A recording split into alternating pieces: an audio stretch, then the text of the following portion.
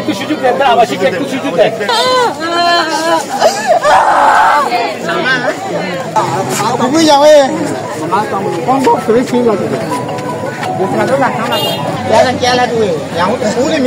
আমি একদিন আগে তার সাথেও কথা বলছি যে বাবা তুমি ভালো করে থাকিও, আমি তোমার কাছে আগামী মাসের 15 তারিখ অবশ্যই আসবো। 15 তারিখ আসলে তোমার যা যা লাগে আমি সব কিছু কিনে দিব। আমার সাথে কথা হয়েছিল, কিন্তু ভাগ্যের পরিনির্মম হাস।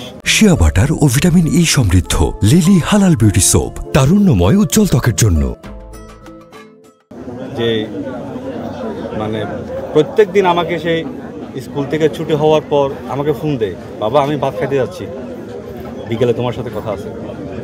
ওই দিন ছুটি হচ্ছে না, 10 কি 15 মিনিটের কারণে সে ছুটি হচ্ছে না, তার কারণে এই অবস্থা আজকে।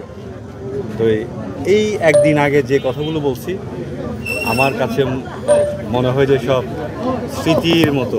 আমার ছেলে মোটামুটি একটা মেধা আছে। মেধা বলতে গেলে তার একটা শখ ছিল যে ভবিষ্যতে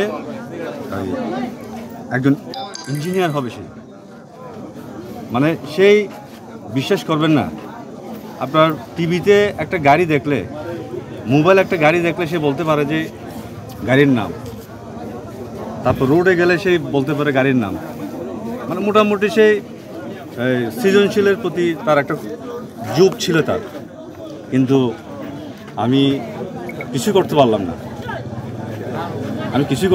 না, আমি ওখানে গেছি, যাওয়ার পর দেখলাম যে সে আইসিইউতে ছিল, আইসিইউ থেকে তারপরে জেনারেলে নিয়ে আসছে।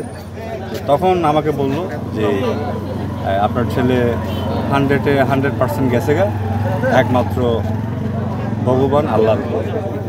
আমিও ছাইড়ে দিছি যে ভগবান আল্লাহর উপর, বাঁচলে বাঁচবে, না বাঁচলে না।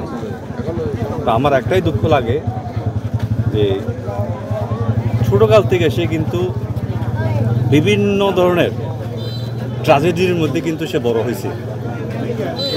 বিগত 1.5 বছর আগেও আমি চিটাং মেডিকেলে ছিলাম, প্রায় 1.5 মাস কি 2 মাস।